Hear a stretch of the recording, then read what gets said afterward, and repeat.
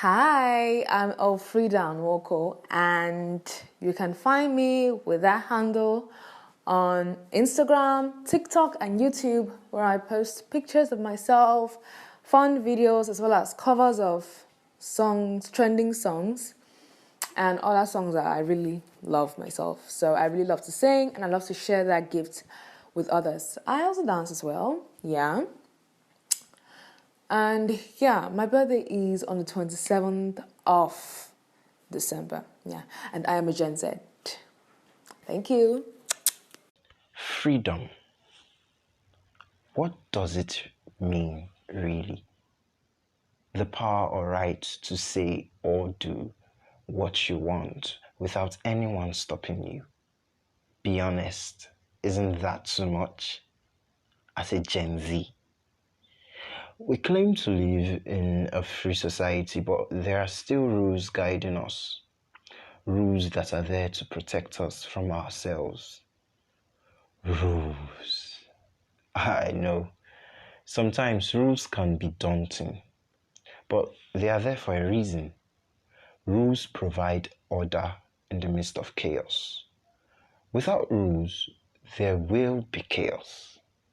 And that brings me to our parents' rules, house rules, curfew, what you should wear, choice of friends, etc. They may be the exact reason some of us wish to leave home. Oh, to be free from their, what do we call it, disturbance. If you're an older Gen Z, you're probably considering moving out of the house to rent an apartment or live with a friend or roommate. If you are a teenager, still in secondary school, you are probably looking forward to getting into uni, to finally be free from the prying eyes of your parents. I was once like that, but it wasn't until I got in that I realized my concept, my idea of freedom was foolish. I always wanted to go home. Gosh, uni is fun and all, yes, but there's nothing like home. Freedom or no freedom, whatever your reason might be for wanting to leave home, I think it is good for us to understand what is in store, to get our minds ready, so to speak, for what is out there. And don't think I'm a professional at this or I'm some sort of expert. Like I stated in the first episode, I just think wanting to learn from other people's experiences and opinions would help a lot and provide answers to some of the things we are also asking. Growing up as a child, I didn't really have any freedom. I didn't have any freedom. I couldn't visit people. People couldn't visit me. It's just church, school, house. It was just that triangle. There's nothing further than that triangle because my mother, she doesn't have friends like that, so she doesn't visit people as well. So I don't have like my mother's friends' children. I can't play with them because she doesn't have friends to play with their children. So it's church, house, school. Church, house, school. That's just triangle. I didn't like. I didn't really want to move out because how do I put it? So like inbreeded in me, like I didn't know any other way to live. I didn't know what was in the outside life. It's just like Rapunzel or something. I didn't know what was in the outside life. I just know I'm supposed to be in the house. Do not play across this corner. Do not do more than this. They tried to make the house so comfortable that I didn't want to move out. I started using phones at an early age. I had PlayStation, television, so there's something to watch. I was almost like an introvert, but growing up now, I'm like, okay, I didn't really want to be an introvert. It was forced upon me. My idea of freedom when I was younger was them leaving the house, like when they were not around, so and we can do anything that we want. That's my parents. So then no, I didn't actually ever want to leave the house. That was before, but now I think about it, sure. I stated earlier that rules are there to protect us, to provide order. But then you may ask yourself, why so many rules? House rules, as they are sometimes called, are the do's and don'ts that your parents have set for you. Such rules may include requirements about homework, chores, and curfews, as well as restrictions on your use of the phone, the TV, and the computer. Some rules may extend beyond the walls of your home to include your behavior at school and your choice of friends. Do you feel hemmed in by these restrictions? Perhaps some of these rules drive you crazy. Sometimes it may even feel like your parents are trying to wreck your social life. But you see, when you are young, you tend to think you know everything. So when your parents restrict you, it's easy to get upset with them. But their rules are really for the best. While young people often find themselves on the wrong side of their parents' rule, most youths acknowledge that some regulations are needed to prevent total chaos. But if house rules are necessary, why are some of them so annoying? Well, in today's episode, we shall be looking into our concept of freedom. Freedom from our parents, to be precise. We shall be asking ourselves questions and possibly reflect on ourselves while seeking to provide answers to know if indeed we are ready for the kind of freedom that we seek. So, let's get answers.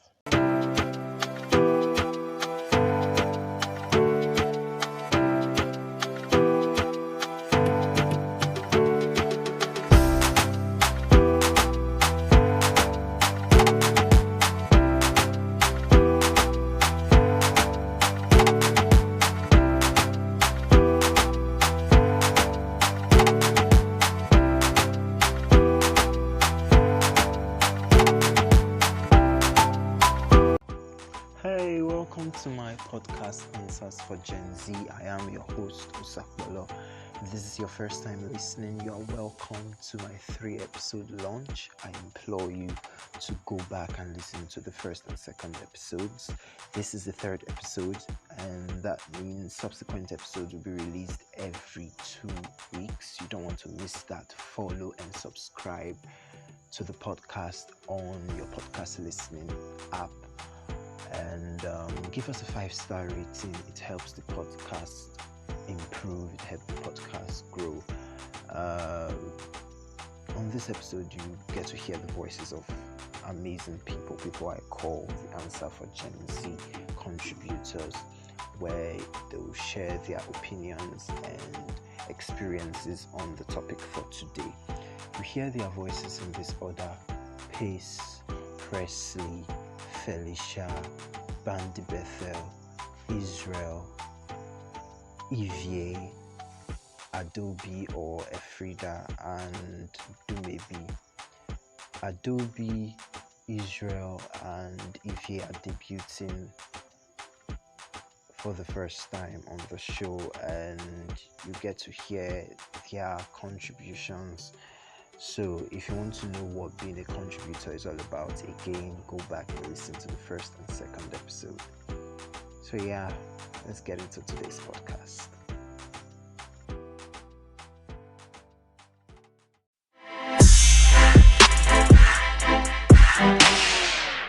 Hola, I'm Ivie, and I've lived 20 years as an earthling.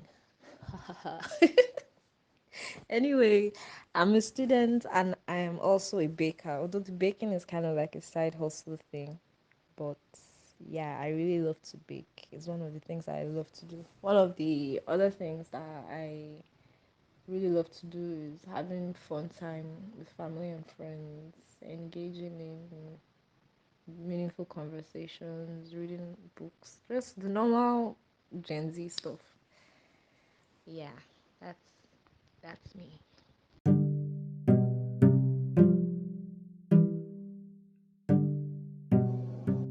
Let me tell you a story. You know how in some families there is that one child that it's like that child is very stubborn, gives everyone headache, comes with a lot of wahala. My immediate younger sister was that child. I mean, she and my mom didn't always get along while growing up, and there was a particular Sunday, I can't really remember what happened or caused it, but she was like, we're preparing to go to church. So at the time, our landlord would be the one who follow our landlord and his family get into his car, and he takes us to church. So I don't know what caused the issue between the both of them that very Sunday, but my sister said something about how she's going to leave the house, that we're not going to see her again. And we went to church. Normally, after we close from church service, we are supposed to wait. Myself and my siblings were supposed to wait at a specific spot for our landlord, because sometimes the adult church they close late, and so we had to stay at specific spots. Church closed. Myself and my younger brothers, we went to this usual spot to wait. My sister did not come, and my mom came. The landlord came. Where is Osawese, my sister? And so she has not come. Oh, we can't find her. Okay, let's go to her class. Went to her class, Sunday school class. She wasn't there. Where is this girl? We searched the church. We couldn't find this girl, and the whole situation was quite embarrassing. And we just said, okay, this is what's going to happen. The landlord should take us home, and my mom said she would go and look for her. So we're at home, waiting for my sister. My sister wasn't at home. Thinking maybe she went home. My sister wasn't at home. I don't know how they found this girl that day. My mom came to tell us that she saw her. If you stay in Saple Road, PZ, you know what I'm talking about. Saw her in PZ. We stayed at Ivie at that time. So my mom came and said she saw my sister with her Ghana Must Go, dragging it along the road, PZ Road, staying in Ivie. Saw her in PZ Road, dragging it back. So I said, where are you going? She said she's going to my grandma's place, that she is tired. She's tired. We're giving her stress. My mom is giving her stress in the house, so she wants to leave. And you want to leave the house, you are not coming back again. Where are you going? She said she's going to stay with my grandma, and she wants to go and enjoy her life there. It was very, very funny. Unknown to her that if she had succeeded in actually going to my grandma's house, the beating she would have received. God, that brings me to the first question I asked my contributors for today. I asked, what was your idea of freedom when you were younger and living with your parents? Before you entered uni, of course. Did you ever want to move out of the house? A lot of the contributors had a lot to say, so I suggest you sit back, get a glass of water, popcorn, juice, anything, and listen. This episode is quite hilarious, and also it gets to a point where it becomes serious. So I'll leave you to it.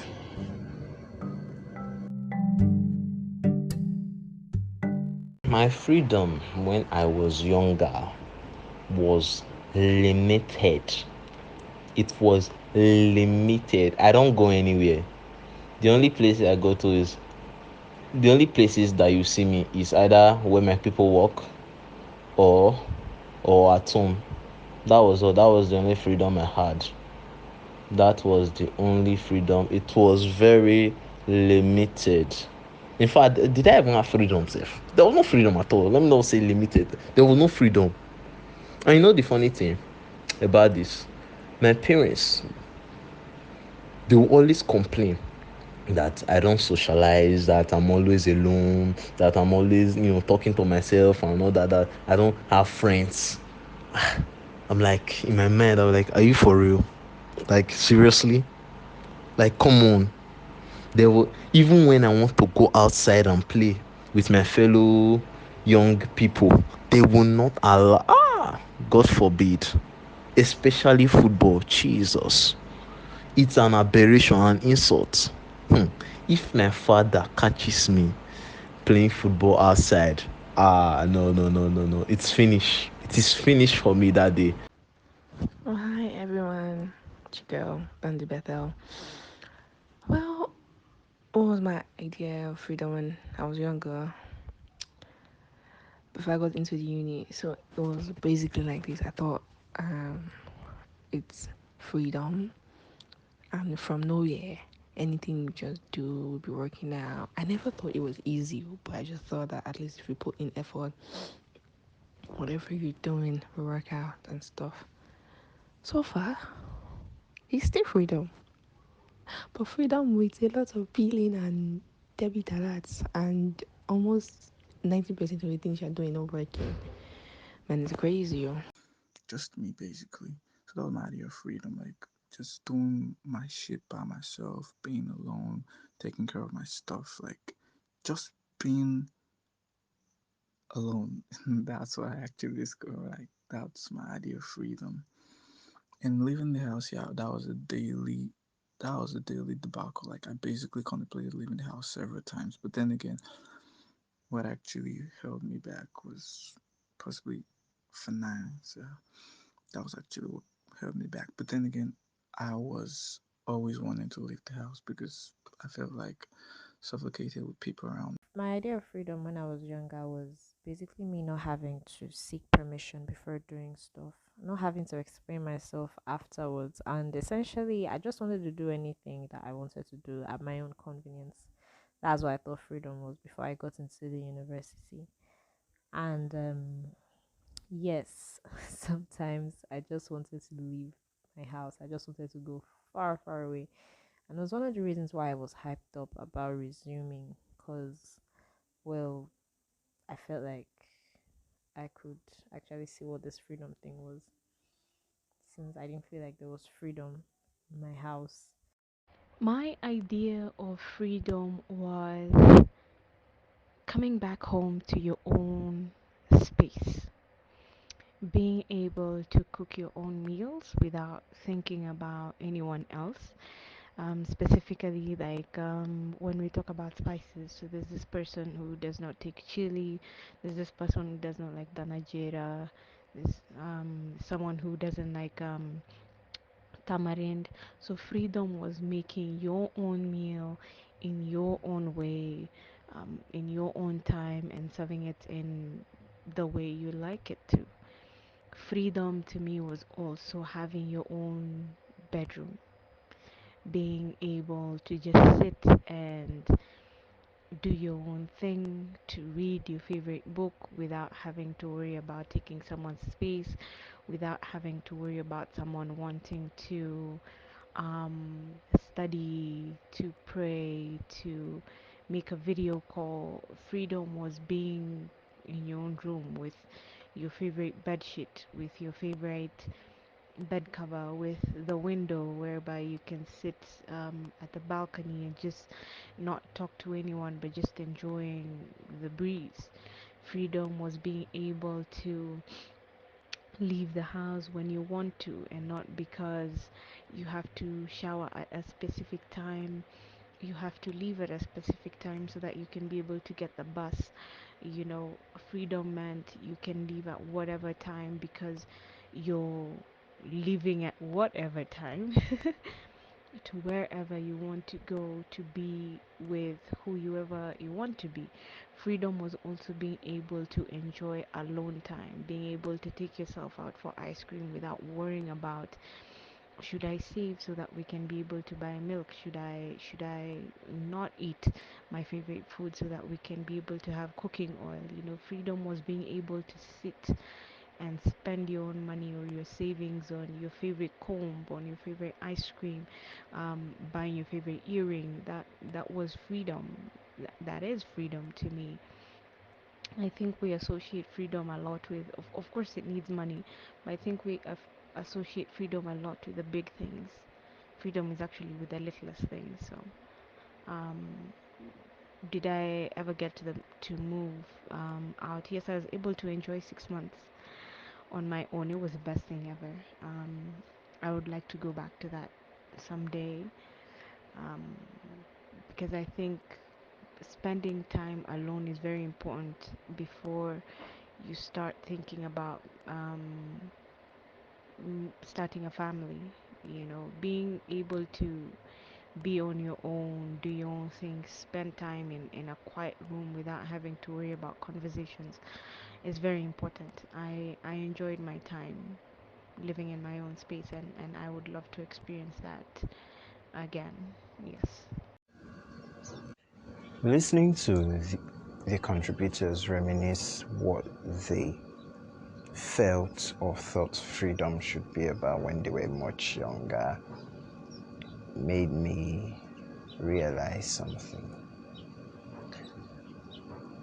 Especially the Nigerian contributors. We always felt like we're caged. And it's not surprising, really. I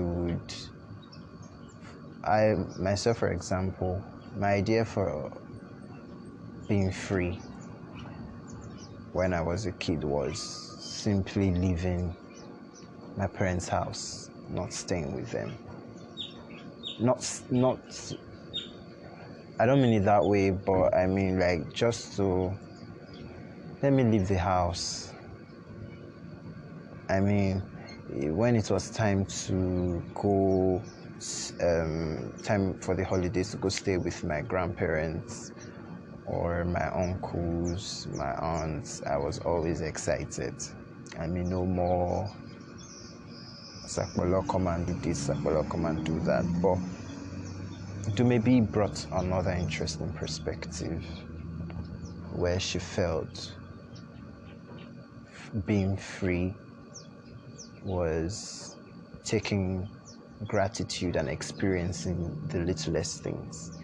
Because from the examples she gave, it felt like she didn't have her own bedroom, or probably wasn't at liberty to decide the type of food she wanted to eat. So being free was being able to do all of that and a whole lot more. Without further ado, I'll be moving to the next question. And I asked the contributors to name some house rules that exist in their family. Do you think family rules are always fair? Which rule do you find the most difficult to obey, and why? I think that's a question that will be in the polls, in the Q&As of Spotify, if you are listening via Spotify. So do well to tell me some house rules that existed in your family. One house rule that I often broke in my home was that of washing plates. I mean, they beat me mercilessly. I was always in trouble for not washing plates as I went due. Sometimes I will have to beg my younger brother to help me with the dishes because I just saw it as a chore. One terrible task. And sometimes my mom will come back from work and see that I haven't washed the dishes and she would scold me. Sometimes I get the beating of my life. But now washing the dishes doesn't take much from me. I just do it. I do it so easily now. So I will leave it to you to hear what the contributors have to share. Well, we didn't really have any major family rules. I see people complaining on Twitter like they had curfew, that curfew was too early, or they don't allow them, their parents don't allow them to visit others because others are not visiting. I didn't visit anybody, so I don't have curfew. I don't, what do you call it? There's nobody to visit me, so I won't visit them. So there was no any major family rule. You just go to school, come back, go to school, come back. Nothing more than that. Well, in my family, there is only one rule. You fuck around and you find out. That was it. Simple as that. My parents don't need to tell you what to do and all that. Follow this rule and follow that rule. No, nothing like that. They want you to fuck around, obviously, and they know that you will fuck around. Then you find out what will happen. That was how we learned. There was no rules like that. Just that. It was simple. Even when my dad is scolding me, he will say, Presley, there are some things that I don't need to tell you to do. Use your initiative. House rules number one. We have any house rules? Okay, you must do your chores on Saturday. You must not put food by yourself.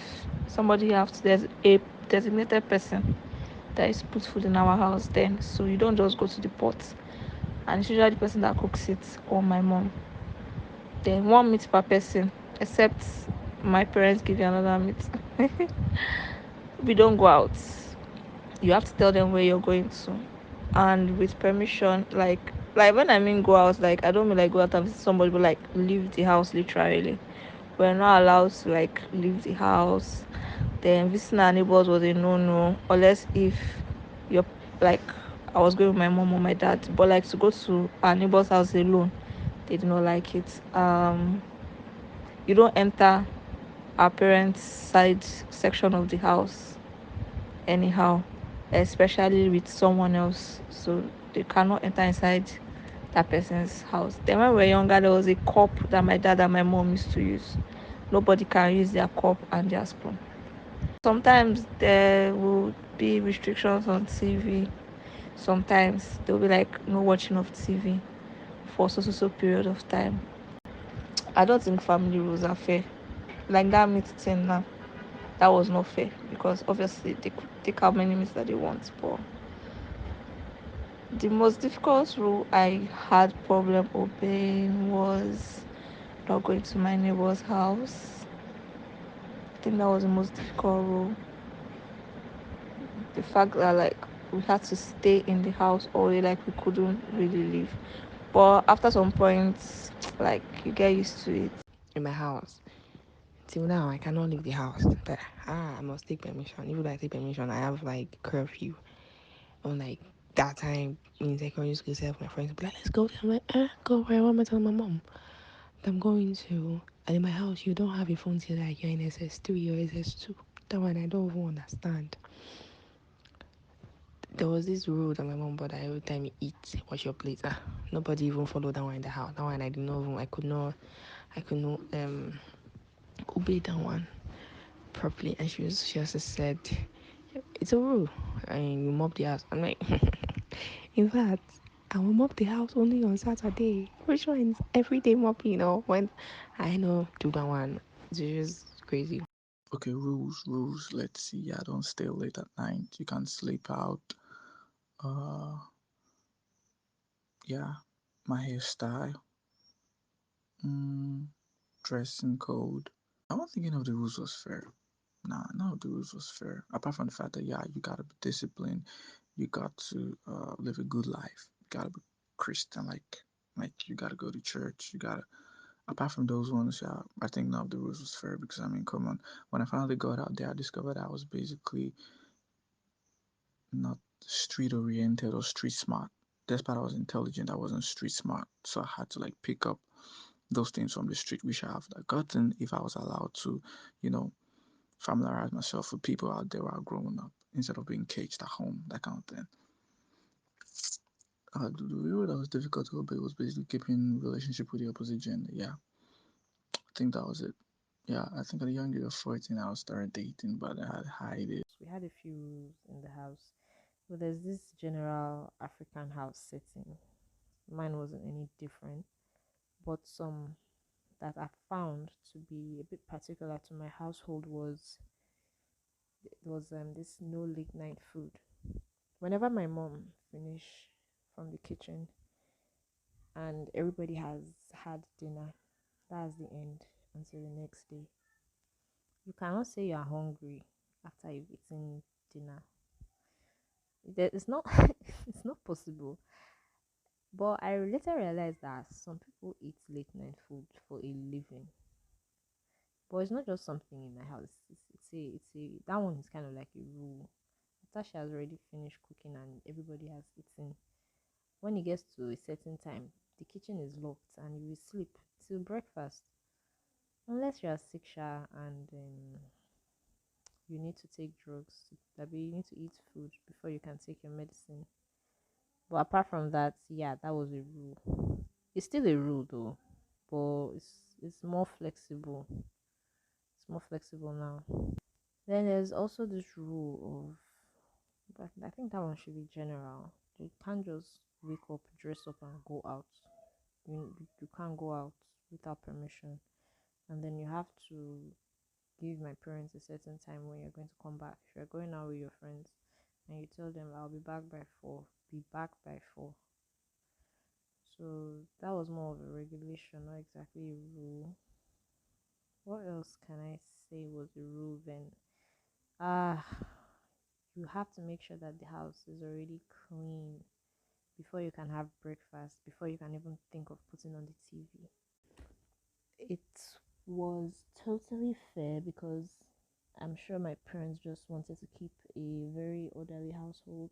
But even at that, you see that rule of making sure the house is swept before you have breakfast. That one I used to struggle. I used to struggle with it. Sometimes I don't even used to obey it. Sometimes I wake up so hungry. What do you want me to do? Die while sweeping? Please, I will clean the place. Just let me eat first. That was one particular rule. How did I forget this one? But that is a general one, sharp, but you don't talk back. So if there's a misunderstanding, your parents will just rant, and you're expected not to talk back. But sometimes, especially when I know that okay, this misunderstanding, if I don't speak up now, there are some things that I will not be able to clear. So I would talk back sometimes, and it usually got me in trouble. But what's the life without risk? We used to have house shoes when I was growing up, but those were for when we were kids, like stuff like you're not going to use your phone above like 7 p.m. Yeah, you should be asleep by 9 and all of that. But now the rules have gotten more flexible. You don't really abide by them anymore. And yeah, there's no like really strict rules like that. When my parents can just come up with one law and not allow you to, do something they want to do, can just like not approve of it. That usually seems unfair and frustrating. Every household has their own family rules. Some of the family rules that existed in our family. First things first, I would like to say that I grew up in a household that housed very many people. So not only was it my nuclear family, but we always housed our extended family. So some of the rules um, was especially with, it was a timetable, if I may put it that way. So in the morning, shower time. You had to be able to shower within the least amount of time as possible to allow other people to be able to shower, the amount of water you were able to use, the amount of food you were able to eat. So budgeting was very important when it came to shows, whose show was coming at what time, and how were you able to ensure that everyone was able to see their favorite show without someone feeling as if they're being neglected, as if they're not being taken care of, as if they're not being seen and heard. So those are some of the rules. Church was important. Everyone had to go to church. For my family members who were Muslim, going to the mosque was very important. So Fridays and Sundays were very important days when it came to fasting. Everyone was being given their space and time to be able to fast and adhere to their religious beliefs. Other than that, we had respect. Respect was paramount. In an African household, as this, some things were not, it was not open to be able to talk about them, and sex, periods, and whatnot. But there's some days we would be able to open up and talk about it. Dealing with if there was a squabble, it needed an elder person to deal with it, listen to both sides, and to be able to come to a conclusion and ensure that both parties who were aggrieved were able to come up with their own solution and implement that solution in their own way. So sort of like, what do you want to do to be able to solve this, as opposed to someone telling you that you should have done this. It was more of a question like, do you think this was right? It's like, do you now understand why they did this, and do you now understand why your actions hurt them? So um, things like that, which some of the rules that were most difficult to obey was especially with respect. Our society is very liberal, if I may say that, but at the end of the day, we're still Africans. So sometimes it was a bit difficult to be able to come out and say, you actually hurt me. That was one, and it was very difficult for them to come back and say sorry. So most of the things were just left in the air a lot of the times, which has affected relationships. And now into our adulthood, now people are working towards changing that. Yes. Okay. You can see that different households have similar house rules, but I feel like communication would have helped. Communicating with our parents would have helped in at least giving us some level of freedom. Communication, they say, is key. Myself, for example, myself and my dad, we didn't get along well, especially when I became a teenager. The house was hot. My mom got tired, and an opportunity came. I was sent to go and live with my maternal uncle. So that happened, but the relationship between me and my mom was quite tight. I talked with her about everything and anything, well, except from matters pertaining to sex. I mean, that's quite common in most African households. What we know about sex, we either learn it through movies or the internet. It's sad, but that's how it is. So I talk with my mom, I gist with her. If anything happens in school, she's kind of the first person to know. And we talk about my friends, she talks about her friends and stuff like that. How well do you communicate with your parents or guardians? Is it easy, or do you feel they wouldn't understand? Would you say they are your gist partners? Well, I wouldn't say they're my gist partners, but they've tried to make it like I have a safe like it's a safe environment talking to them. They're trying to be like friends more than parents at the same time, but they are still parents. I still see them as an authoritative figure. And I'll say we communicate well enough. Tell them I'm not really well enough. I just tell them what they need to know. It's always on a need to know basis. but I don't communicate them like real stuff, like deep stuff, and I don't even plan to improve my communication with them because I know that if they know most of the things I'm doing or most of the things I want to do, they're going to flip out. So there's no need in improving the communication with them. Just tell them what they need to know and what they want to hear. I would not say they are my gist partner, but we do communicate well. Yes, very well. Very, very well. I would not say gist partners like like my friends now. There's no, we don't have that at all. There's always a line now. You are the parent, you are the child, of course. But we communicate well though. We communicate very well. Okay, so when I was younger, I communicated. I used to tell my parents like everything. But now, I don't think so. They will not understand because the age gap is too much. Like, and the values are too much. Like the value gap. How will I put it? Like there are some things they strongly believe in or uphold that I feel, do you understand, like I don't uphold or I feel like are unnecessary. And so if I tell them that, oh, I'm doing this thing or I want to do this and I want to discuss, not even like things to do, like if I want to discuss certain topics, I already know where that topic is going to end. So like they will not understand, they don't understand your point of view. They might just want to hear it, but in their head it's not entering. So that's why it's difficult to, like, very, very difficult to communicate with them. When I was much younger, mhm, I didn't really communicate with my guardians because I'm staying with my guardians, not my parents. I didn't communicate properly with them. I didn't feel too comfortable. Or maybe I did feel comfortable. I was just like, I don't want to cry or stuff. I don't know what I felt, but I did not communicate with them. I did not even try to. So we just, all of us just did. I think I don't big now. Like I've grown to this stage before I can talk to them. I'm talking to them well. There was never a time I communicated with them because I think, yeah, though my dad, though, we don't actually talk. He's a cold kind of person. He's a cold motherfucker, I put it that way. We really talk on like really serious issues like, okay, what are your needs for school? Uh, okay, you got a result, what are your plans and all of that. Apart from that, we don't actually talk on casual levels. And my mom, nah, I learned better because anytime I tell my mom something and I got her pissed, she's gonna use it against me later on. I can say I communicate with my parents well.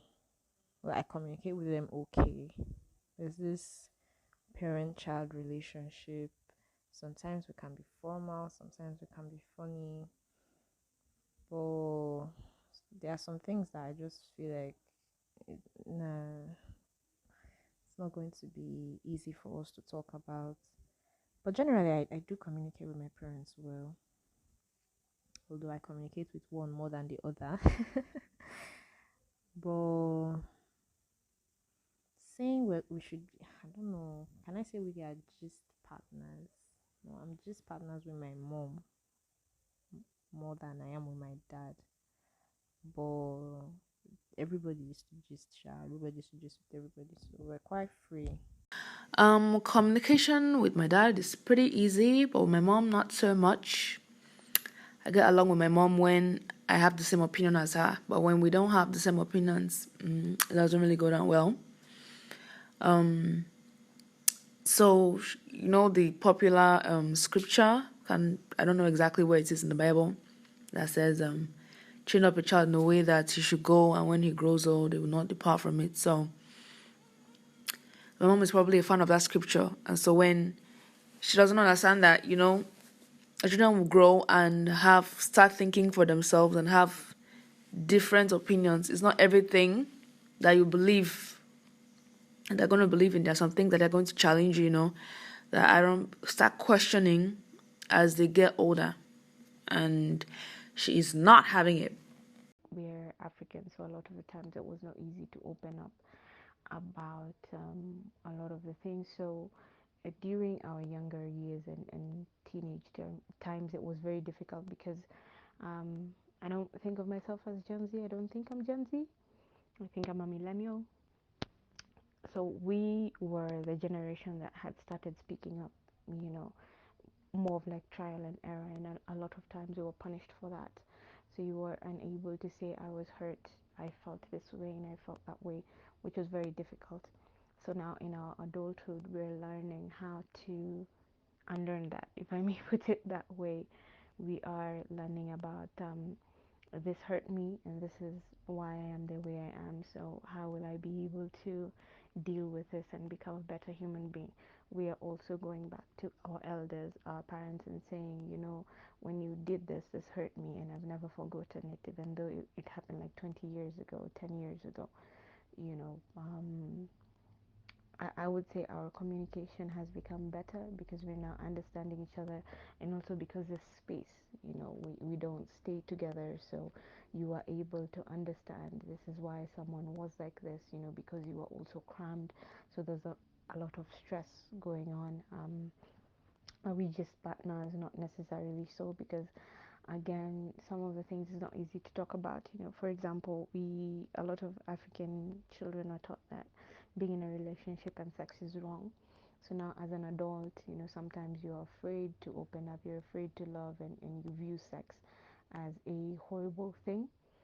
And so starting out and saying, I have a boyfriend, I have a girlfriend, I'm getting married, it has been difficult because you're thinking, my parents will know I'm having sex, and yet they told me that sex was a bad thing. So that not really just partners, but we're working on that. How do you think you can improve your communication with your parents? Well, I don't think I need any improvement because we already get along very well. Yes, we get along, especially in the nights when my father comes back from work. We talk about our favorite things. Wrestling, especially number one, is wrestling. My father is a huge wrestling fan. When we're small, we all of us will sit down there, we'll be watching wrestling, discussing. No. In fact, I think when it comes to conversations, wrestling is what we discuss even more. I believe so. I don't know. I honestly don't know. If you have any ideas, please, you can tell me. Because I feel like communication is supposed to be two ways. And communication only progresses when, like, you not really understand, but like you're ready to hear the second point of view. But if you're saying something and the other person is not understanding what you're saying, or the other person does not want to accept what you're saying, which is usually the case, it might be the other way. It might be like my parents are not getting my points, or I am not willing to get their points. You understand? So I don't feel like effective communication has taken place, because the definition of effective communication is exchange of ideas, letting the other person know how you're feeling in a way that they will understand. But if you're letting someone else know, okay, this is what I feel about this, or you're saying, oh, this is what this person said about this, and they are not understanding what you're saying, effective communication is not taking place. So like the I feel like the problem is the fact that we are both very strong, very we can both be very headstrong in communicating. And like I think I get that from them, because lion or the bongos, because to me it's like, if I think, or if I believe, or I've proven something to be correct, or I believe in something, like when you're trying to tell me otherwise and your explanation is not making sense, so I'm not going to want to meet in the middle. And it's the same thing with them. So that's the problem. If we can be more open to each other views, and I feel patience too, because we are both impatient, both my mom, my dad, and myself, when it comes to listening or hearing each other out. So sometimes some things they might be saying might actually be making sense, but because I'm already like, I don't know, getting offended, or I'm like, to me the conversation is not really making sense and I don't really want to hear what they're saying. I'm not patient enough to listen. I want to work out of that conversation. If they can be less judgmental and just listen more and just try and understand this generation that we are in, everything cannot be the same. Things have changed and they need to understand that people change, right? Data, our communication will be very light.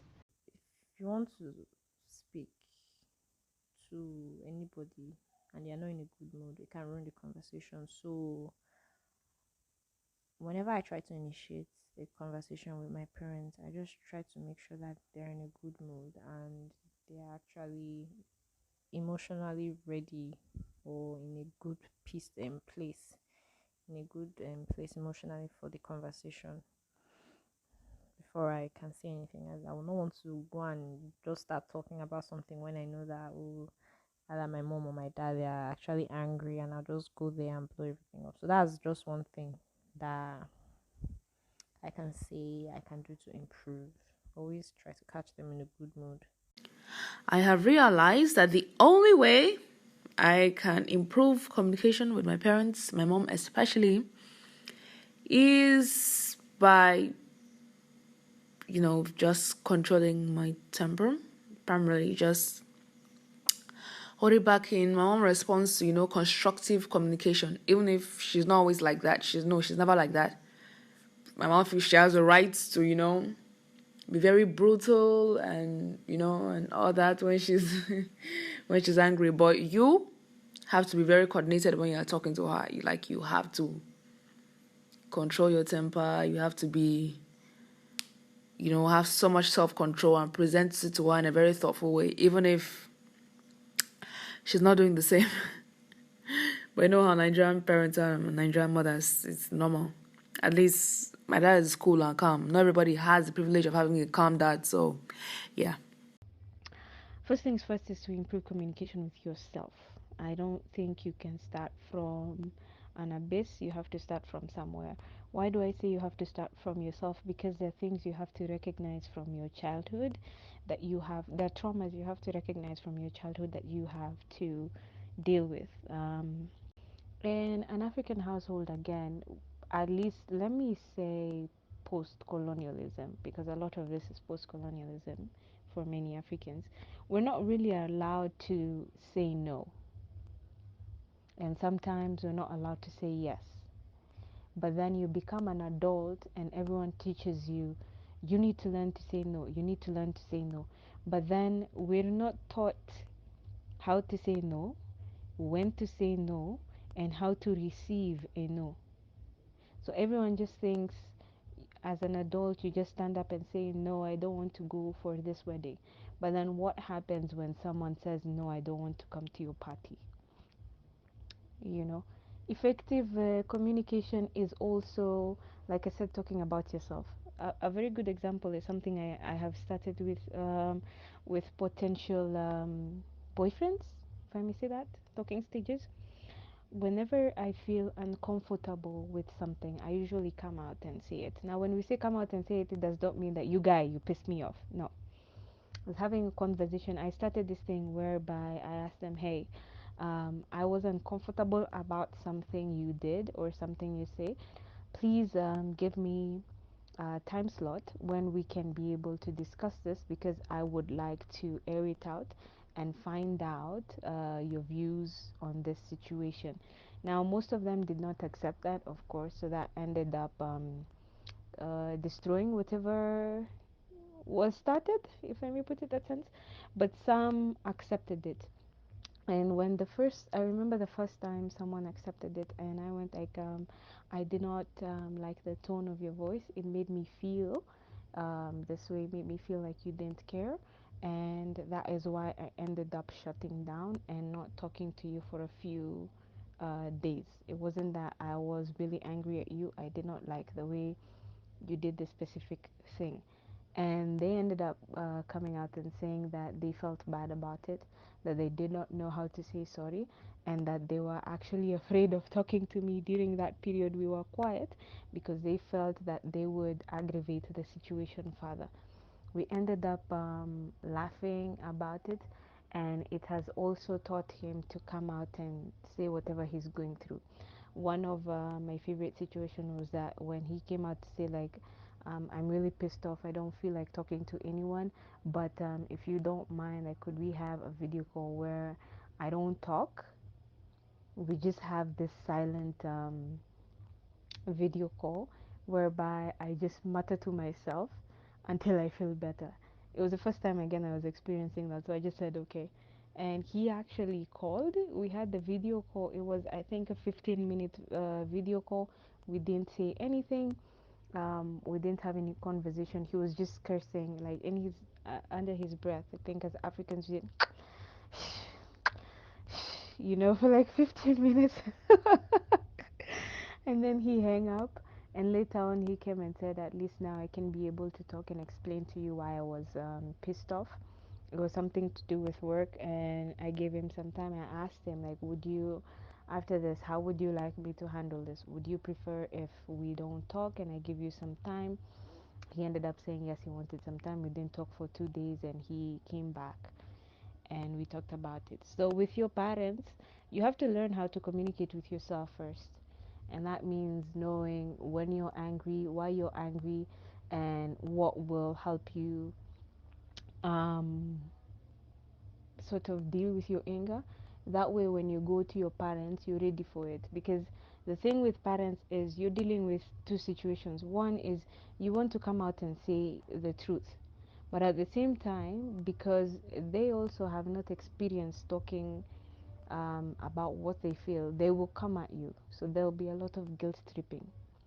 So how are you going to create this communication and separate yourself in a way whereby you'll say, I told them, like, mom and dad, I was hurt because of this, because you said this, and I'm unable to deal with it now, but I'm trying to create a relationship with you. But I will need you to also acknowledge that you hurt me and that you want to change. Do they accept this? Most of the time they don't. They sink into their whole parental I know more and you don't situation. But I have accepted it, and I am glad that because of this it's given me peace of mind and of heart, that I can be able to say my truth without hurting their feelings, and give them the space to decide whether they want to come and work on this or not. Okay, we've heard what the contributors have said so far. The truth is, it usually isn't easy when you talk about improving communication with your parents. But first off, concerning what Elfreda said, having conflicting opinions doesn't necessarily mean you don't communicate well. But it has to do with you understanding and coming to respect these opinions. Because when you understand each other, when you respect your parents, when you respect each other's points of view, it helps to drive the communication forward, the conversation forward. So, yeah. And just like Dumebi said, what she said about improving your communication with your parents, it may sound strange, weird, because it's not something Africans are used to, having a tete-a-tete, like a genuine, honest conversation, especially with your parents. It sounds weird. It's something like that Westerners do, Americans do, but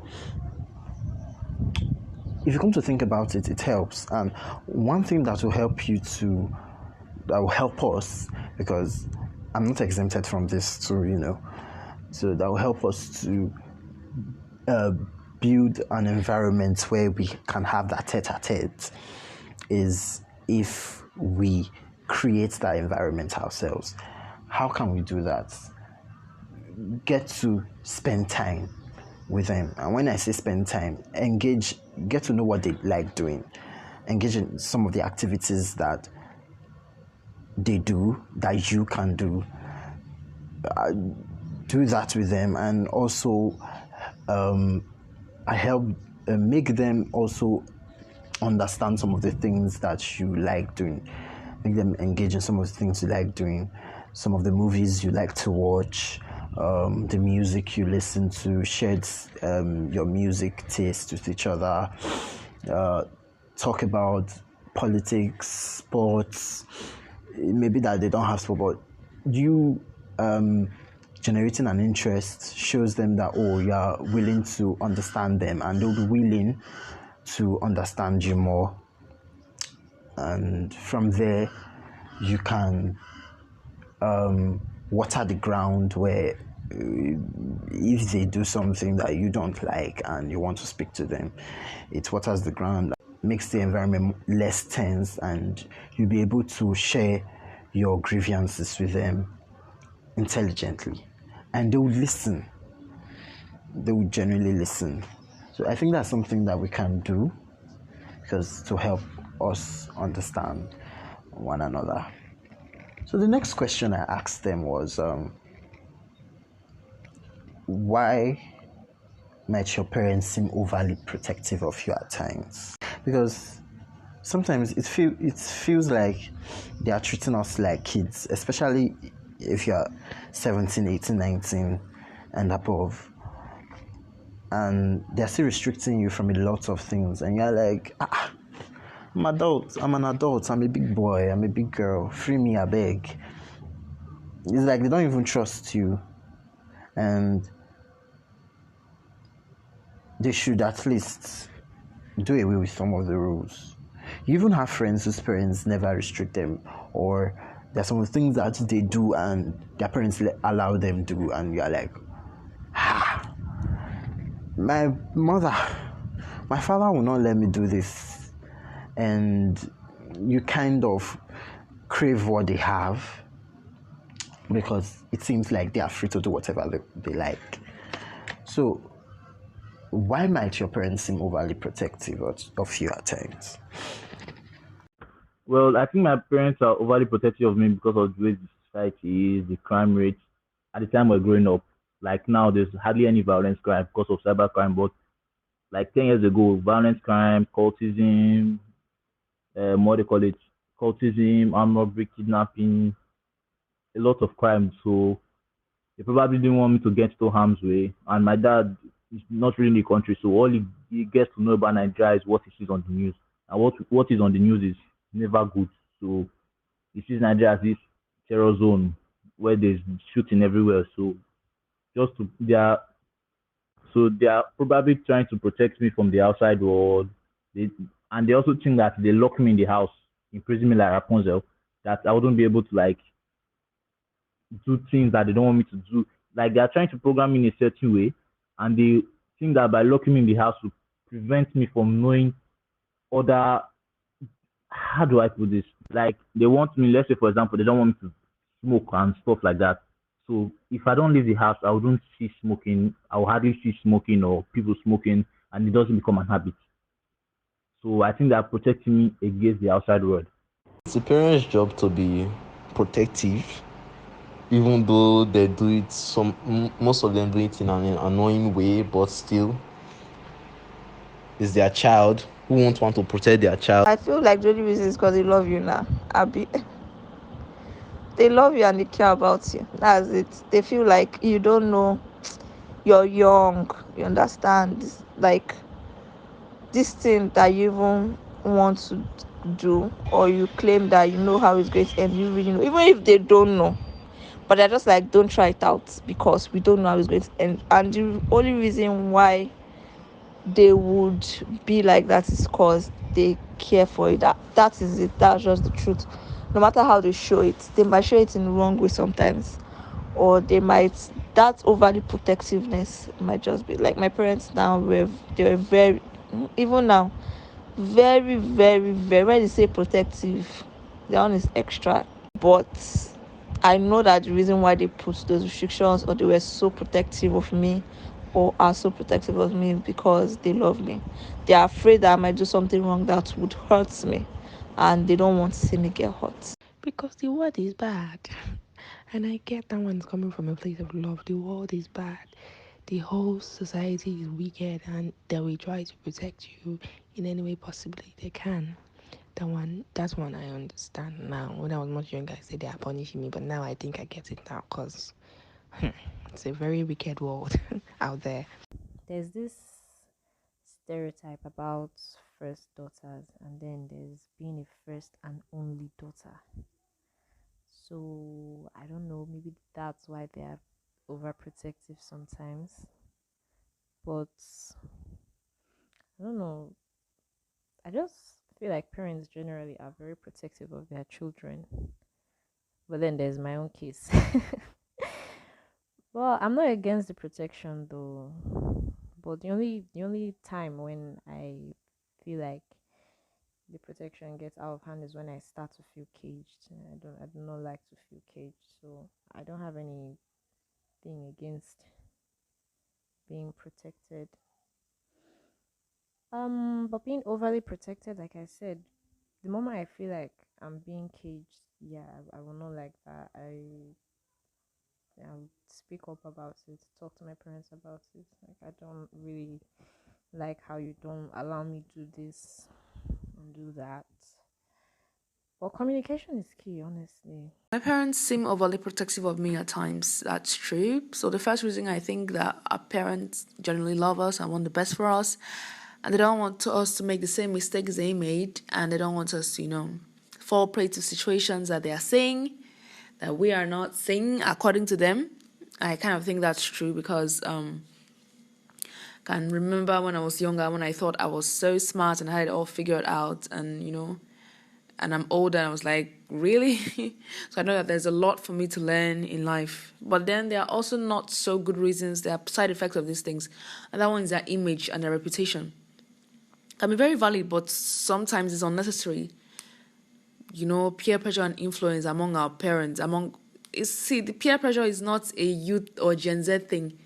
Peer pressure is in every age group. And I think our parents are very prone to peer pressure. Don't you realize that the way your parents, act with you is largely influenced by what their friends or what the society is saying, Another thing too, I think parents think that when they cage their children, that it's going to make them less likely to stray from, the things that they have grown up with.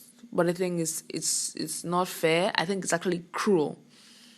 You have to let them just teach. I have this, my favorite quote from Joseph Smith. I teach them the correct principles and let them govern themselves. So teach them what you believe is a true principle and let them think for themselves, experience life. They also have to make mistakes too, and experience, regrets and setbacks too. It's part of life. It makes your experience richer. So being overprotective is not good in my opinion, but I understand why. And I get it, even though it really sucks at times. It really does suck because it makes me remember because recently one of my aunties, she's always complaining how myself and generally all of us, the cousins and my siblings, we are kind of green, naive. We don't know places in Benin, and she's gradually trying to help us get out of that shell. I think now one of my cousins is trying to get into. She just got admission into uni, and immediately she got admission, my aunt made sure, because her dad, this particular cousin of mine, her dad virtually keeps them at home. They don't go anywhere. They literally don't go anywhere. The only time they are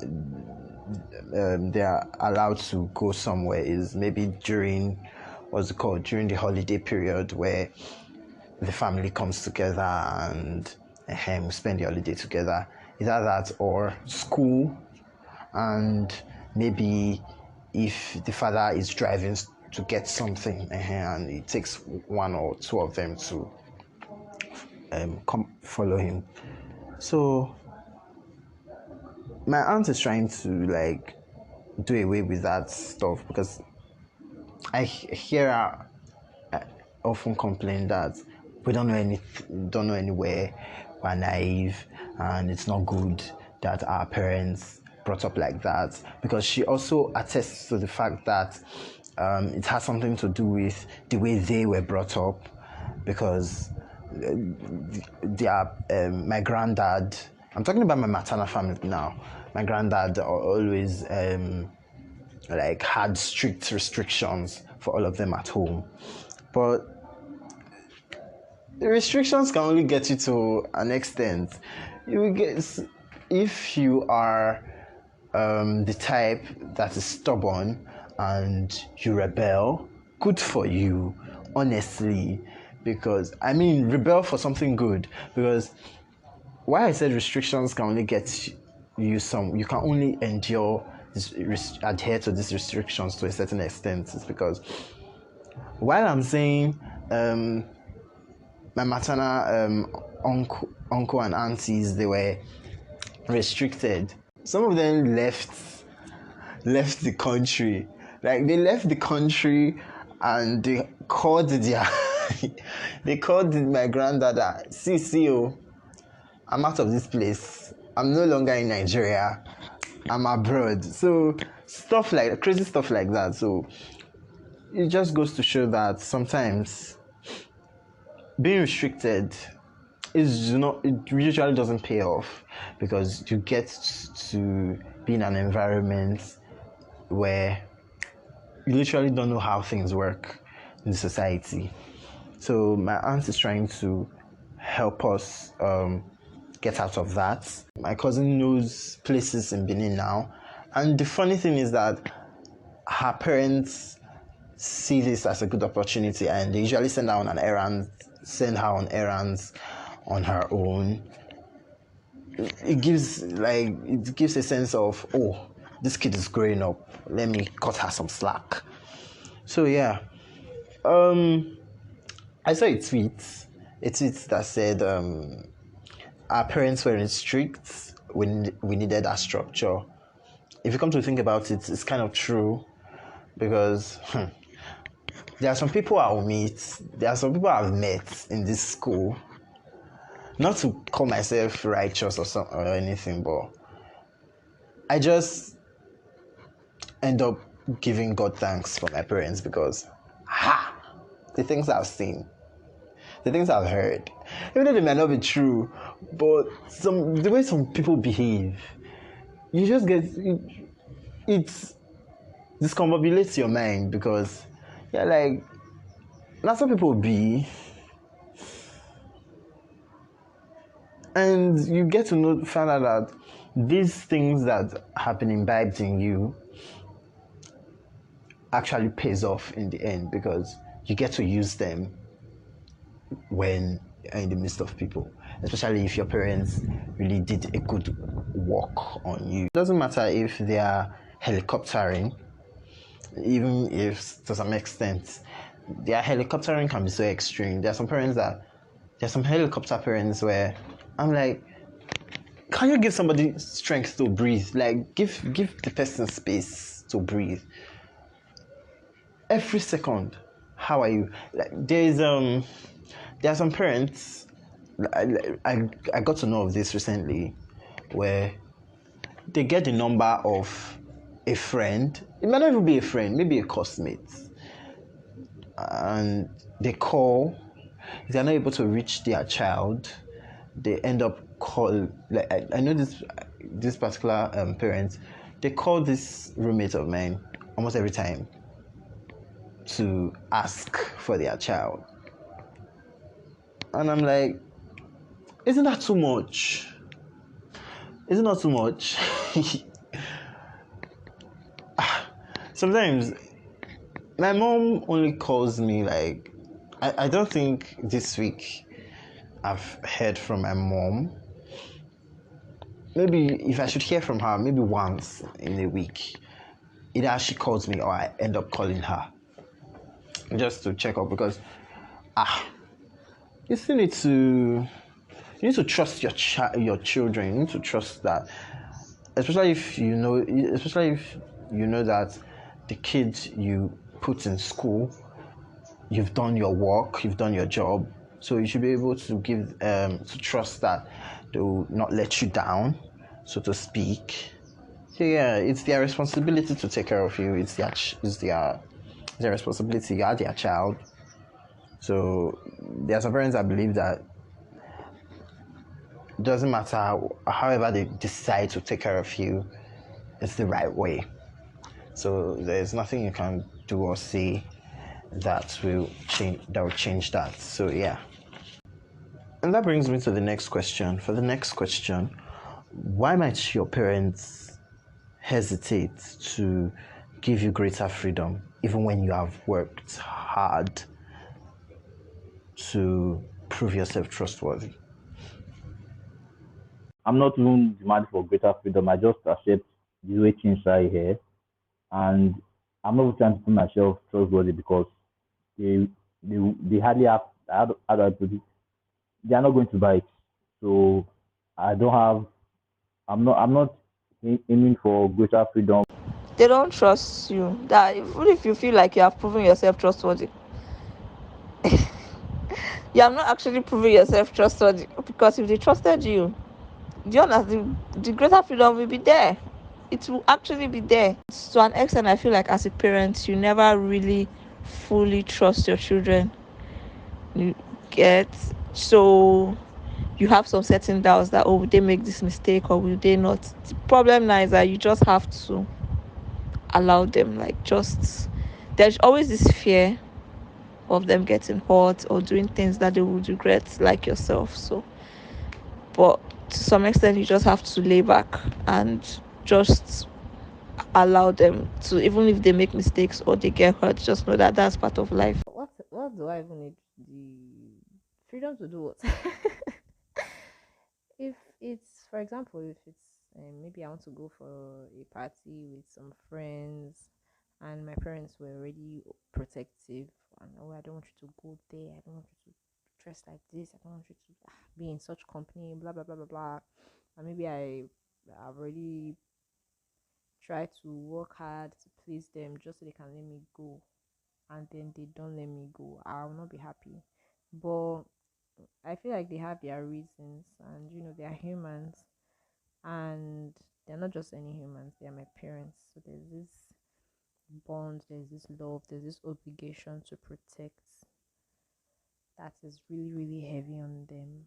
So they may be extra scared and concerned for me and the decisions that I'm going to make, even though it might really get annoying sometimes. Like, cut some slack for you. Why might your parents hesitate to give you greater freedom even when you work hard and prove yourself trustworthy? First things first, the word trust is relative. You may think you're trustworthy, but you're not. Why? Because human beings understand and accept communication non-verbally. A lot of the times we don't know that we've shown people that we're untrustworthy. Sometimes it might not be your fault, sometimes it's their fault. And two, you also check your background. What was your attitude during your teenage years? Was there something you did that made them think, I cannot trust this child again? Because then most of the time people hoard pain. People love to hoard pain. And so something might have happened 10, 20 years ago, and they're still in that aspect. So then it becomes a whole other issue that you may want to think of. Maybe they were not given the avenue to be themselves. So then they're looking at you like, if I let this child go, like, how will they handle it? You know, for women, most especially, like, the only house they live in, if it's not their own, is their husband's house. And I always advocate for living on your own. It's not really because you want the space or privacy, it's because you also get to learn about yourself. Who am I in the morning? Who am I in the evening? Who am I when there's no one in the house? Those are questions you need to ask yourself now, because most people have not been given the opportunity to ask and answer those questions. They feel that because I didn't have this, then you will not have this. Because I went through this hard experience, then you have to go through this hard experience. So it becomes that it's a two-way situation. Either they did not have it and they don't want you to have it, or you showed them that you are not trustworthy. Again, I would like to place this as a background. You're dealing with African parents, so sometimes they may just want to frustrate you, and not really give you that opportunity to be yourself. Other times they may be afraid to say, I'm afraid. If you leave, who will I talk to? If you leave, who will I vent to? If you leave, who will protect me? So you may need to consider those four before you let that out. Think about it. Would you really be better off without restrictions? Be honest with yourself. They should be lenient with you now. Are you sure you've not joined bad gang? But sometimes though, you may feel overwhelmed by your parents' rules. So how then can you gain some level of relief? Here's a tip. If you want your parents to give you more freedom, first build a record of abiding by their rules. When you have a track record of being obedient, they will be more likely to grant your requests. So how then can you build communication that works? One, you should learn to control your emotions, just like Adobe said. I think they basically answered this question. Learn to control your emotions. Try to see things from your parents' point of view. For example, if your parents are reluctant to let you attend a certain gathering, instead of arguing, you could ask, what if a mature, trustworthy friend came along with me? Your parents may still not grant your request, but if you understand their concerns, you have a better chance of suggesting an acceptable option. Yeah.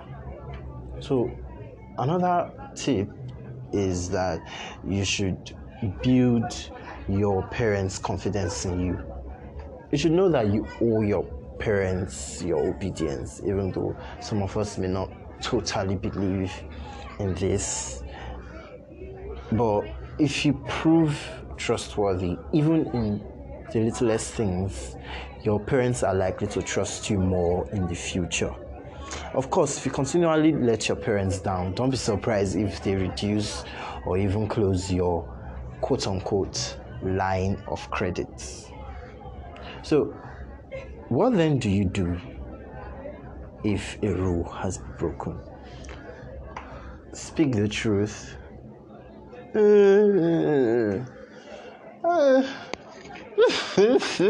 I beg.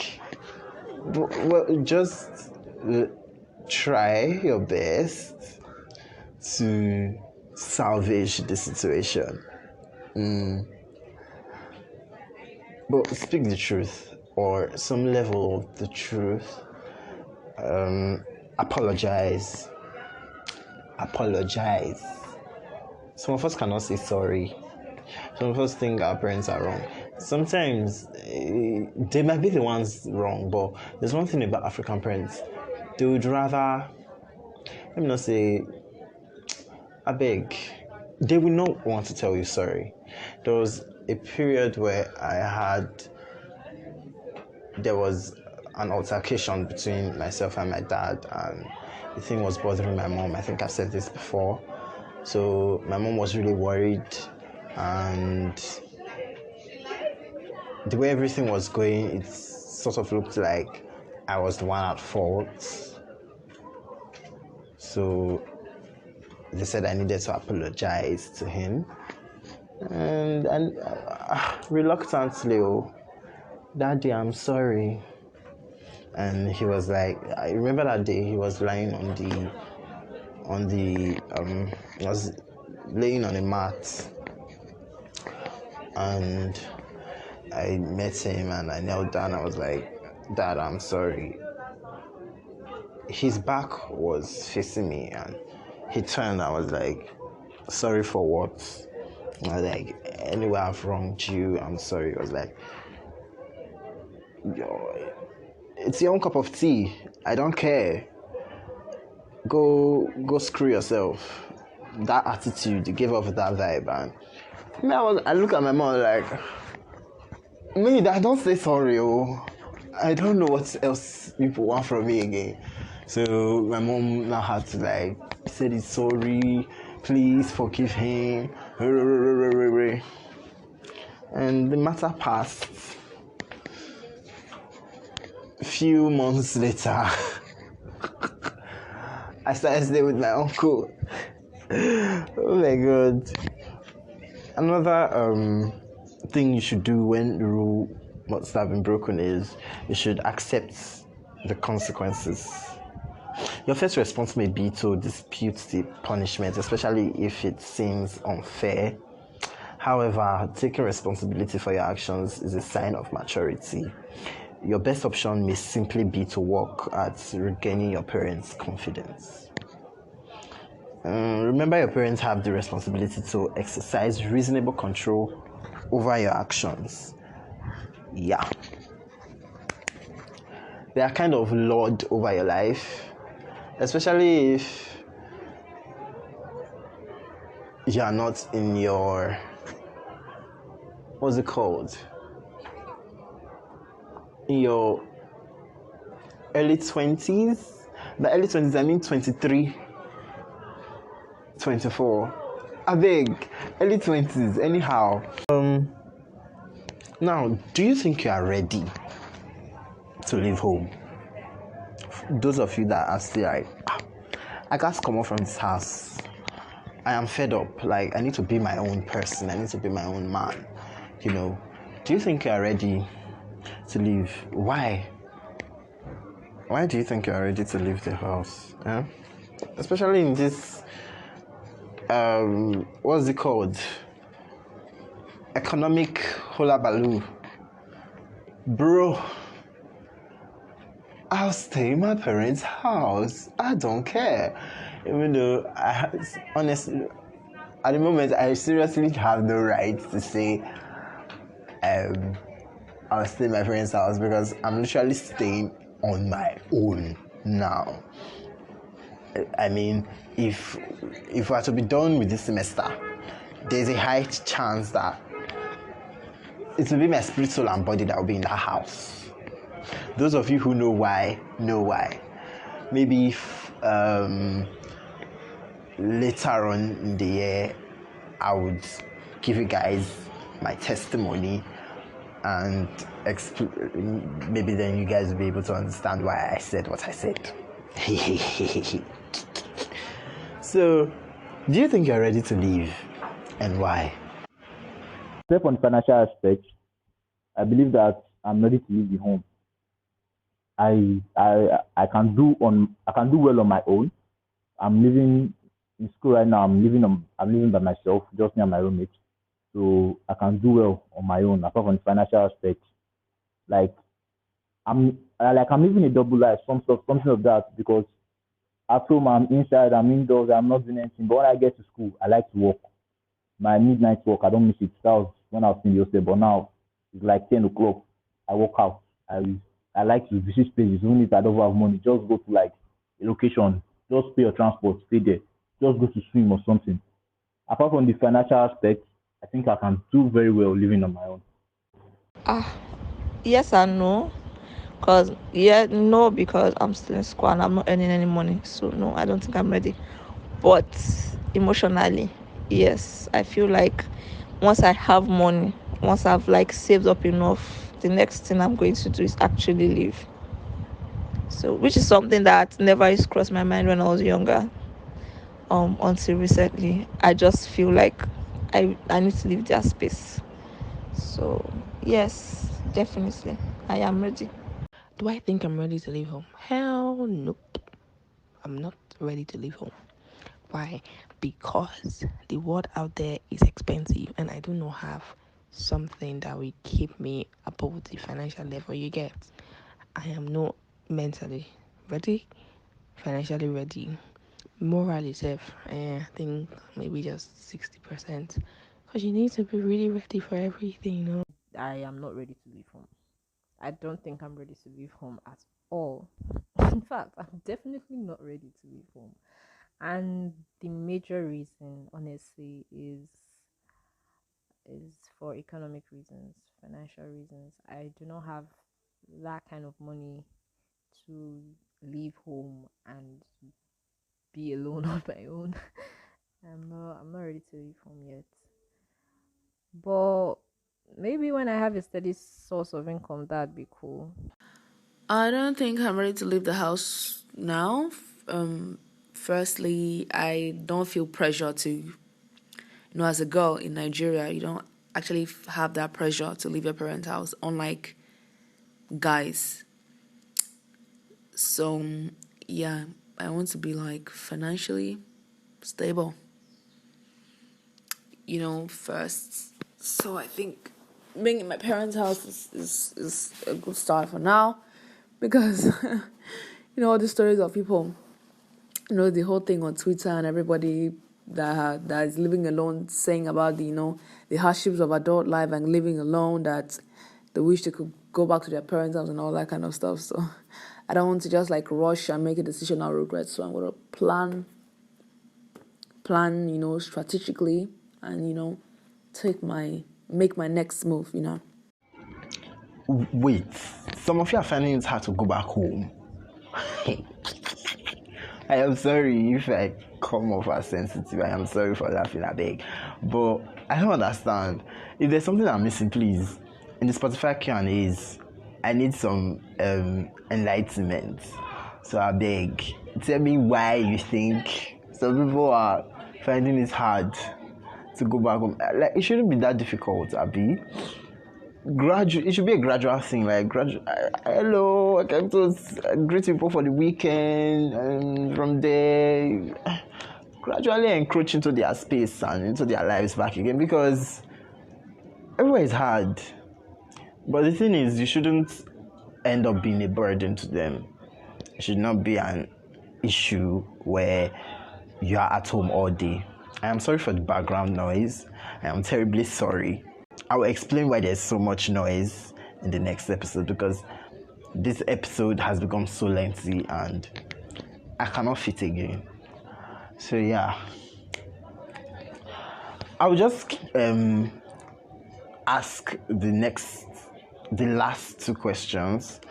Yeah, there are two questions left, so I will just ask them, and I will leave the contributors to I'll leave you to listen to all the contributors have to say in response to these last two questions, and then I'll come back and we'll wrap this thing up. So yeah, let's do it. So the last two questions are, even if your family life is difficult, how can staying at home for a time benefit you? And while at home, what can you do that will both benefit your family and help you prepare to manage on your own, or manage your own household? Home is like a safe place. I said that earlier. So staying at home is quite beneficial because you don't get to like the daily hustle and bustle of the town. It's just like a safe place. You feel comfortable and guided while you're home. It's just like home. How did they put that thing? Whether the house is where the home is, I don't forget how they talk. But when I'm at home, you feel that security. I benefit from relaxing at home, watching movies, obviously anime. I think that's the only benefits I get from home. And yes, the food. And of course, home is like your own place. You can do whatever you want. It's like it's a different kind of freedom, different from hostel freedom. You can just relax. You can almost stay in your house without even bathing for like morning till night. If nobody gives a f, nobody will even remind you. Just do whatever you want. Stay in your room, watch, play video games. So it's benefit. Plenty ways of food. You will not be buying fuel for jet. You will not be paying the lights. You will not be doing so many things. You will be fending for yourself. Do you know how hard it is to take care of an apartment? If anything spoil, now your money go use repair them, or it stays like that. So yeah, it saves cost, a lot of cost. I'm not even talking of house rent safe. It does. So you have to choose. You have to, if the person's family life is difficult, you have to choose Nigerian difficulty or your family life difficulty. Choose one. Choose one. So that's why I say, like, if you can afford it, that's when you are now ready. But if you just want to run away because your family life is difficult, like the question says, you are not. I don't think so. I don't think that's enough reason, Sha. Everybody has their own thing that they are dealing with in their family, but staying at home time benefit you because you learn a lot from home than outside. I'm not even lie. So when you see the way your parents act, you cross your mind and you cross your mind and you be like, oh more, I'm not going to do this when it's my turn. I'm going to handle the situation quite differently like this. You know, there is more peace. There is less debit alerts. I'm very focused on this debit alerts because I saw shaking in school. There is less debit alerts, yes. There is more food safe. You get a lot safe. There's a lot. They play. There's no household without difficulties, but even in the midst of the difficulties, I feel like staying at home can be beneficial in certain ways. For example, like I said before in my previous point, I don't have the financial capacity to leave my house, but staying at home can help you, can help me. Let me personalize it now. Staying at home is of economical benefit for me, not just because I don't have to spend much, but I get to see how my parents spend their money. I get to see how they cut costs. I get to see how they plan and things like this. And then there's this emotional support. There's this emotional support that I get from my parents. And well, even though friends can provide that too, it's just special when it's from your parents.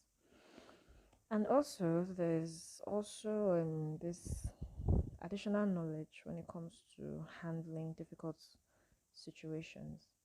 Staying at home, you are going to encounter a lot of things. I encounter a lot of things even in my house, and my parents too. They're humans, like I said before. Sometimes they may have some difficult situations, and me seeing them overcome those difficult situations, it's really kind of an educating moment for me. Me realizing that okay, I can actually solve this problem in this way and whatnot. So yeah, staying at home is it's really beneficial for me, even though staying at home may be difficult. Well, I wouldn't really have the luxury of learning all these things outside my home. Well, there's also culture and language and stuff like that, learning to bond. So yeah, family life is difficult. It can be difficult to get along with family members. My family members, they drive me crazy, like seriously, but I still love them though. So staying at home, yeah, it's going to benefit me with all the things I want to do. Sometimes having a place to stay instead of squatting with people or having to pay rent, is good. So sometimes if your family members are driving you nuts, but the saying, the devil is better than the angel you don't know. So you go to all these nice friends and you want to squat with them and you're going to see Pepe. So it's something, I think it's better to stay at home.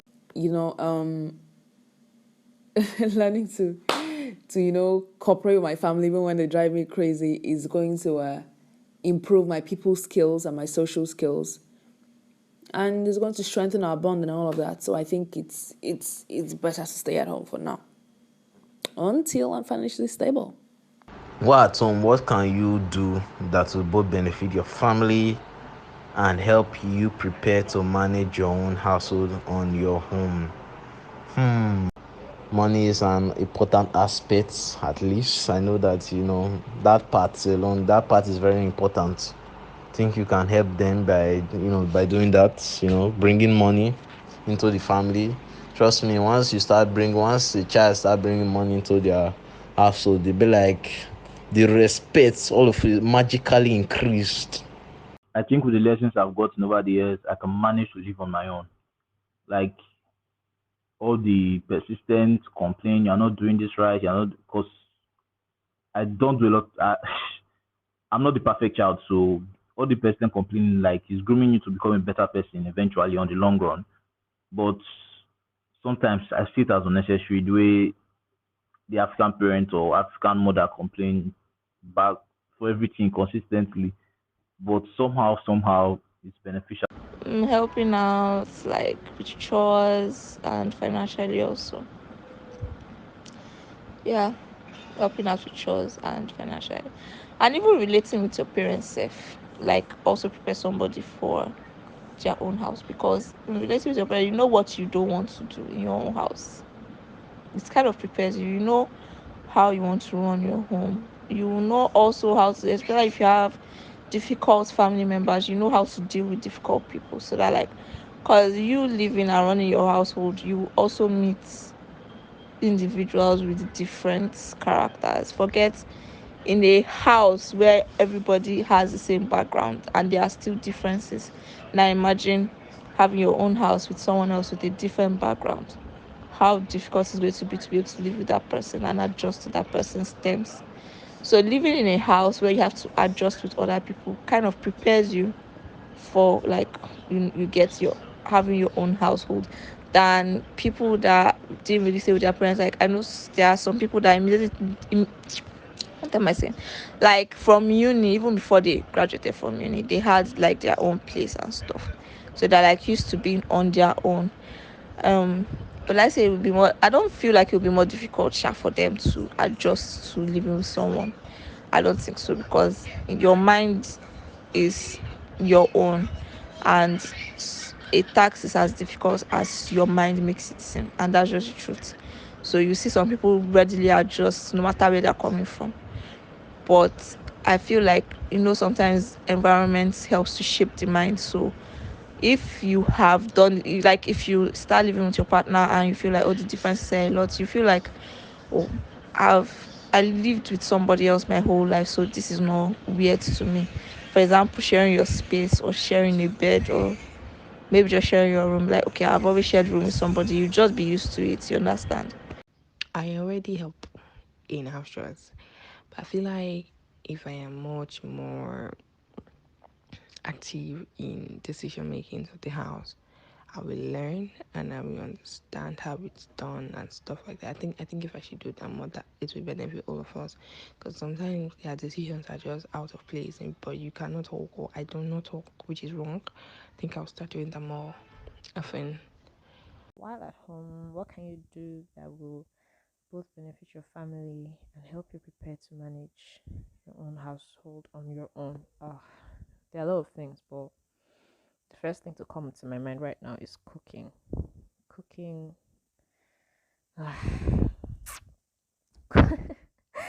Let me explain that. So while I'm at home, cooking is going to like benefit the whole family, right? And learning how to make certain dishes, learning how to prepare food, learning techniques that make food last longer, that make them taste better. It's it's a benefit my family. Everybody's enjoying good food, and then we don't have to spend so much on buying food outside. In fact, we almost never buy food outside. But then that would be how it can help me manage my own household. Another thing is having a tidy environment. My parents love a tidy environment, and I'm sure that's one of the reasons why I love a tidy environment as well. But I almost cannot stand when floors are not clean. It's almost like it calls out to me, clean me, sweep me. So making sure the house is tidy is something that is important to me. So it would help me manage my own household. So whenever I come home, I open the door and I've had a very long day, maybe even angry, I can enter into my house and be comfortable. So yeah. There's one other thing though, is getting household essentials that are pocket friendly. Sometimes when I'm buying stuff with my mom and my dad, there's some decisions that they make that it's it really impresses me, like wow, I totally would not have thought of that. So sometimes too, whenever I am sent to buy some things for the house, I try my best to make those decisions well, so everyone can be happy. And learning those little skills can also help me have a really, really comfortable household I really look forward to setting up one day.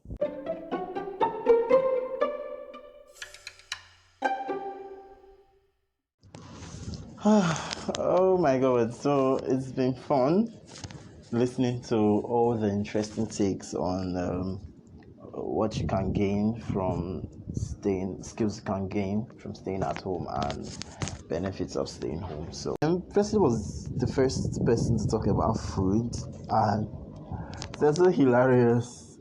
Come on, I mean, I love the realness. I got to give it to him. You guys have to also understand that Presley is somebody that is dealing with the very trauma of staying in Uniben's infamous school hostel or 4. So I honestly do not blame him. So yeah, we've talked about rules. So talk about rules, staying home, living home, etc., etc. So, and we talked about how you can earn more freedom. Well, the key element there is trust and communication. So yeah, trust is like money. Earning it is hard and losing it is easy. So you need to learn to build a relationship with them. If you've lost their trust, I gave tips earlier on how you can gain their trust, and you should also question yourself if the fault is on your side. Does your pattern or behavior give your parents a reason to withhold their trust? And yeah, so ask yourself those important questions, and everything will turn out fine, you know. So for those of you that still want to leave home, say you not get within in our talk, me go come out this year.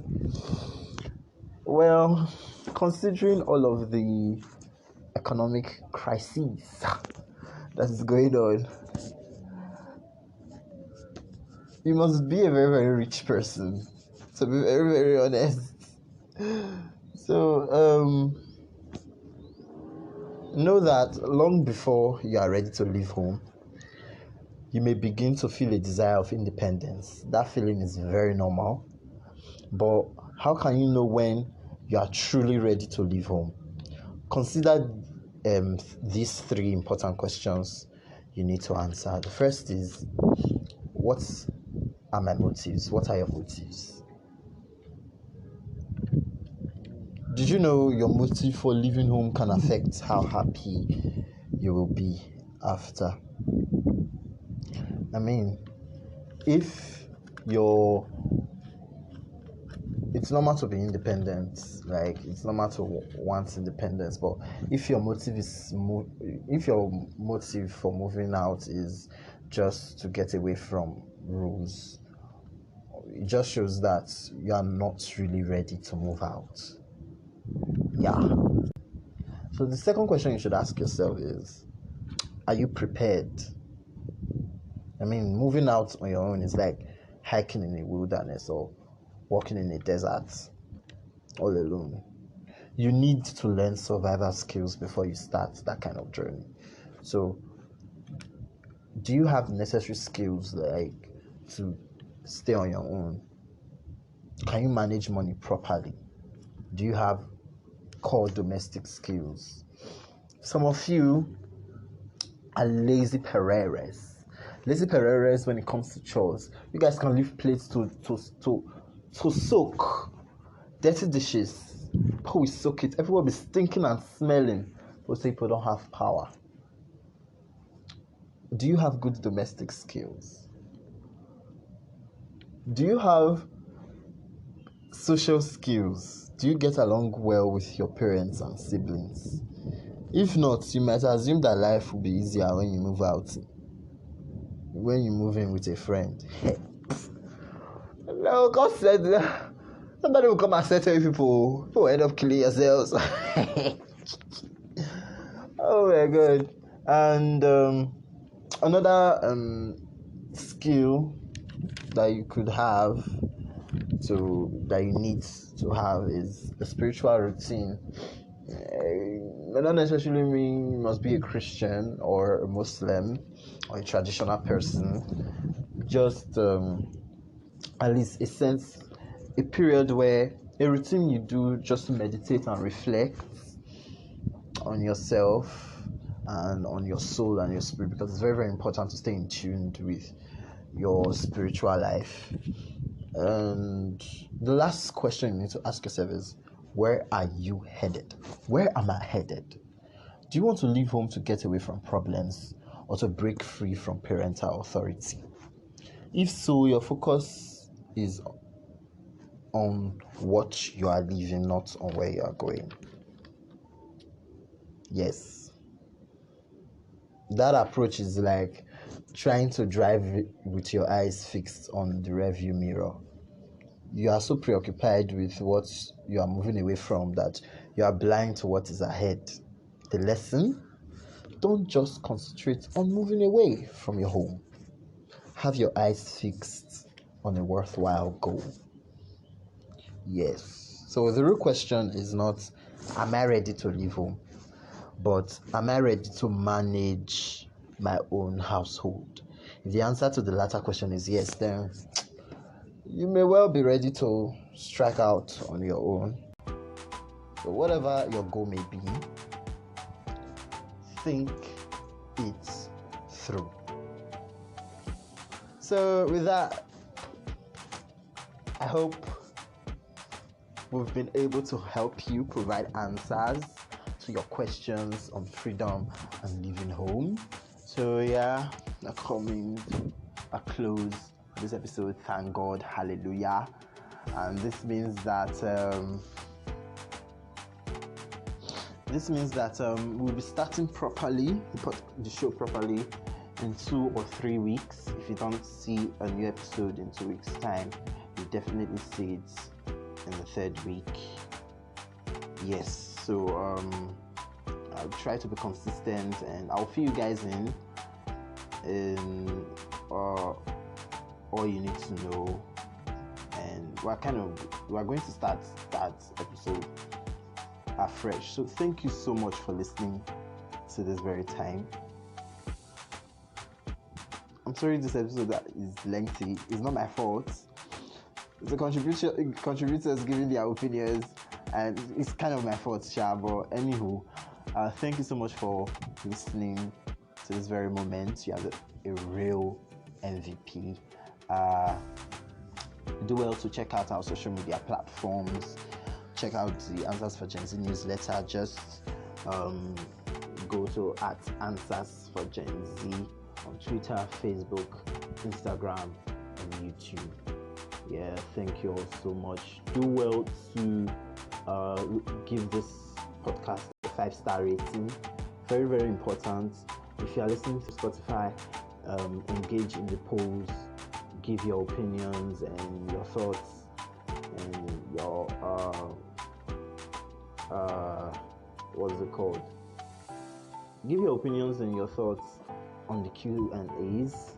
So yeah, if you have anything you need to suggest or any topic you would like us to discuss furthermore on the show, email us at Answers for Gen Z. There's a link in the description box. Everything You hear everything, I beg. I need to go and rest and prepare for the next episodes.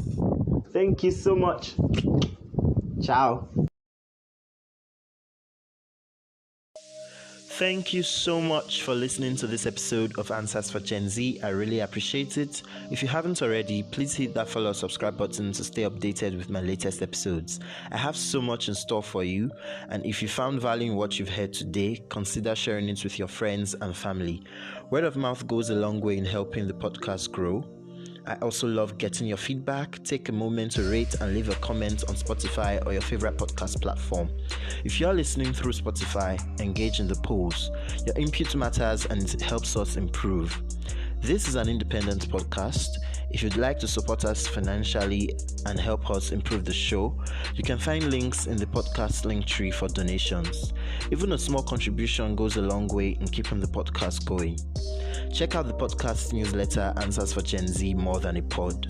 It's a fantastic way to dive deeper into the episodes and get a glimpse into my personal thoughts on pop culture and experiences. You'll find it on the pod's link tree right there on the show notes of this episode. Don't forget to explore the show notes or this episode's description for the social media handles of our amazing contributors. If you're interested in becoming a contributor for the show, just send an email to answersforgenz@gmail.com or send me a direct message on my social media. I am always excited to collaborate with fellow enthusiasts. We value your voice. Send a voice message through the link provided in the show notes. Your thoughts, feedback, and topic suggestions are all welcome. Lastly, join the WhatsApp community and podcast WhatsApp channel. It's a great way to stay even more connected with me and fellow listeners. Thank you once again for being a part of our podcast community. I'll be back with more exciting content soon. Until then, stay curious, keep listening, and I'll catch you on the next one.